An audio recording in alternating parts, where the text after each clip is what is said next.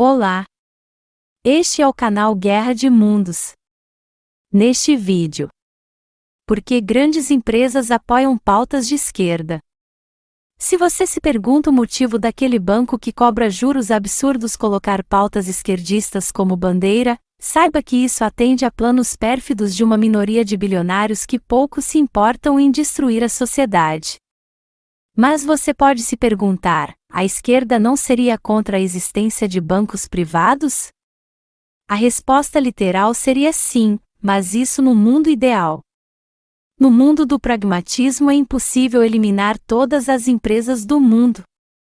Logo, os movimentos de esquerda preferem criar um mercado altamente regulado, deste modo sobram pouquíssimas empresas, que por sua vez são altamente dependentes da aprovação estatal. Com isso fica fácil pedir para essas empresas financiarem pautas políticas em troca de desconto no imposto, contratos públicos ou simplesmente ameaçar multas e restrições com base em alguma irregularidade.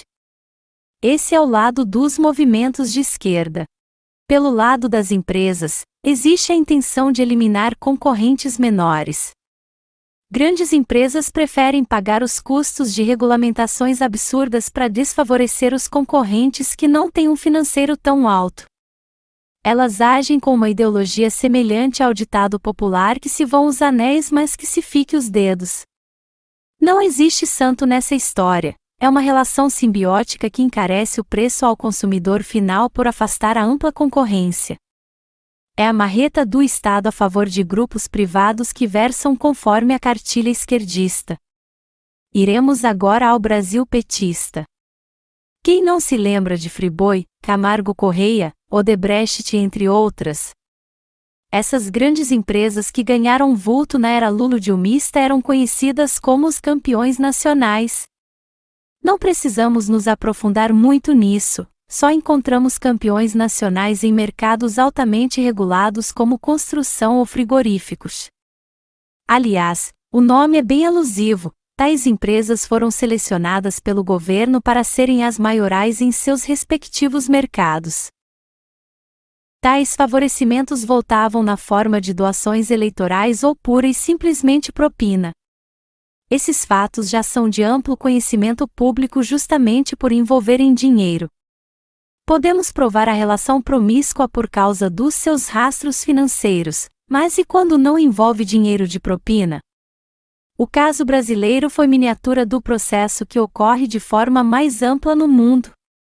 Esse é o caso da maioria das grandes empresas, com um diferencial: elas não respondem a um partido político brasileiro, mas sim a grandes caciques internacionais. Todas as pautas, principalmente de cunho moral, vêm de fora do Brasil. A coordenação internacional fica clara quando vemos empresas em diferentes lugares defendendo as mesmas pautas, até as figuras de linguagem são parecidas. Para entender isso precisamos dar razão ao mimimi esquerdopata. Já ouviu um esquerdista dizer que mais da metade da fortuna mundial está na mão de apenas dezenas de pessoas? Pois bem, isso é a mais pura verdade. E nessa história existe algo mais verdadeiro. A maior parte das empresas, consequentemente da fortuna, estão na mão de pouquíssimos fundos financeiros. Não se iluda tentando achar o dono de uma empresa pelo que aparece nas relações públicas. O fundo que é dono de tal empresa é controlado por outro fundo que por sua vez pode ser controlado por mais fundos. Traçar quem é dono do quê é complicadíssimo por causa da multiplicidade de nomes jurídicos, mas assim como todos os caminhos levavam a Roma, todos os caminhos levam aos mesmos grupos financeiros, consequentemente aos mesmos indivíduos. O nome de alguns destes indivíduos é conhecido, e existem autores como Anthony Saron que se dedicaram a esmiuçar os detalhes destas operações. Aqui falaremos apenas de maneira geral e superficial sobre a temática.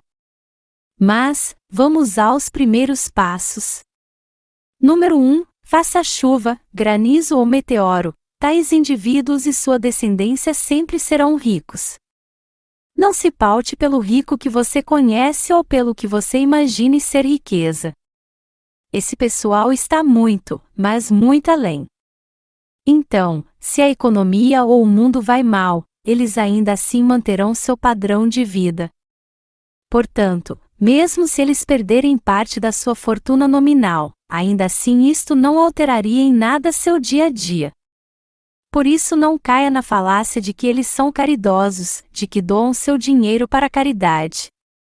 Não se trata de caridade, mas sim de agenda. Tais indivíduos, ao atingir tamanha fortuna, não se importam de perder uma parte para plantar mudanças sociais que provavelmente nem estarão vivos para verem concretizadas. O que você precisa entender é que ninguém fica tão rico se tiver uma mente normal.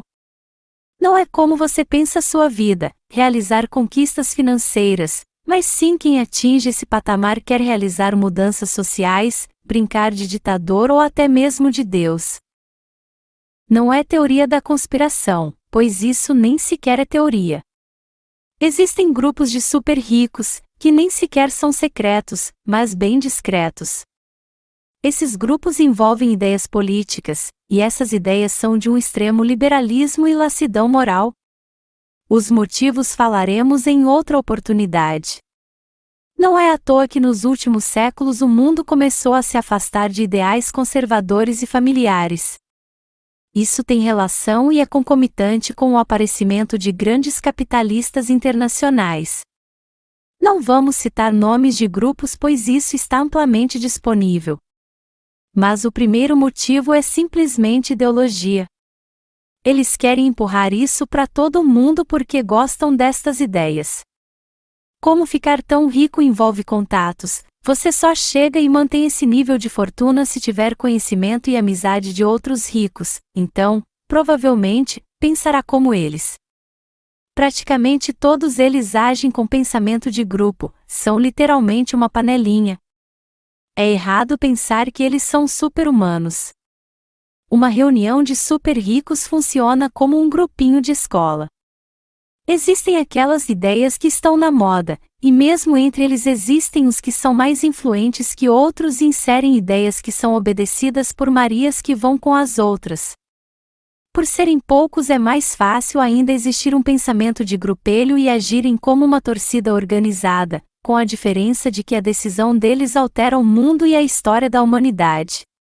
Não quero entrar em detalhes dos motivos pelos quais eles optam de livre vontade por ideologias imorais, mas existem provas concretas de que isso é justamente para contrariar o cristianismo. Eles odeiam o cristianismo. Logo, esse é o fator ideológico forte. Mas ainda que você não acredite de que eles optam por ideologias declaradamente pagãs, ainda assim não poderá negar que o que eles incentivam impacta a moral preconizada das religiões abraâmicas. Pois bem, passado o exemplo das motivações de foro íntimo, vamos às de cunho pragmático. Fechando a espiral do começo do meu texto, monopólios favorecem a acumulação de capital. O que eles tentam fazer colocando essas pautas desagradáveis nas suas grandes empresas, é criminalizar as outras que pensam diferente, expulsando concorrentes do mercado. Logo, se um dono de uma empresa é conservador, ou se cala ou será obliterado. Fora outras artimanhas, como por exemplo cobrar cotas em empresas que não têm potencial financeiro de bancar tal proposta. Não quero aqui falar de cada pauta isolada, pois a mecânica do processo é a mesma, mas a ecologia, por exemplo, é algo que encarece absurdamente os custos de operação. Só empresas gigantes podem aguentar essas propostas. Veja o caso de banheiros, imagine o custo para uma empresa pequena construir banheiros para um terceiro sexo. Tais pautas são mais caras quanto menor for a empresa, por isso as grandes empresas se deliciam com elas. Lembre-se, vão os anéis mas ficam os dedos. Esses grandes capitalistas cobram coisas impossíveis que só eles, mesmo com sacrifício, conseguem realizar. Como essas pautas são da esquerda, sempre tentam usar partidos políticos para tornar essas coisas em leis obrigando os outros. Os partidos políticos esquerdistas são a ponta de lança dos metacapitalistas. Eles gostam da esquerda pois têm a moral que eles querem empurrar a todos, e por a esquerda defender altas regulamentações, no fim eles incentivam a esquerda para manterem seus oligopólios. Geralmente despejam dinheiro através de ONGs, mas a mecânica deste processo é fruto para outros vídeos. No fim estamos vivendo sobre os ditames de bilionários que fazem de tudo para mandar em nossas vidas. Toda vez que você ver uma nefasta ideologia de esquerda, saiba que ela não está sendo financiada à toa. O dinheiro a tudo responde. Quando vemos no YouTube uma empresa pagando anúncios caros que só falam de ideologia LGBT ou ambientalismo, saiba que aquela empresa aparentemente pode estar perdendo, mas quem é dono da empresa está realizando plenamente a sua vontade, ainda que seja a longo prazo. Não existe contradição entre os desejos ideológicos destes grupos e mais acúmulo de capital. Pensamento excludente é típico de pessoas com baixa visão intelectual. Tornar sua ideologia em lei favorece seu poderio financeiro e vice-versa. Uma verdadeira estratégia das tesouras. Enquanto isso não for dito e conhecido, nós continuaremos vendo nosso mundo desabar sem nem entender o que está acontecendo. Estas são as duas motivações últimas de tal fenômeno aparentemente contraditório. E ele é a principal força motriz da degenerescência social e agigantamento do Estado. Esta explanação não é exaustiva e terá sua continuidade em breve.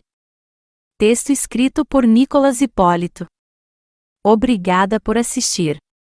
Fique com Deus.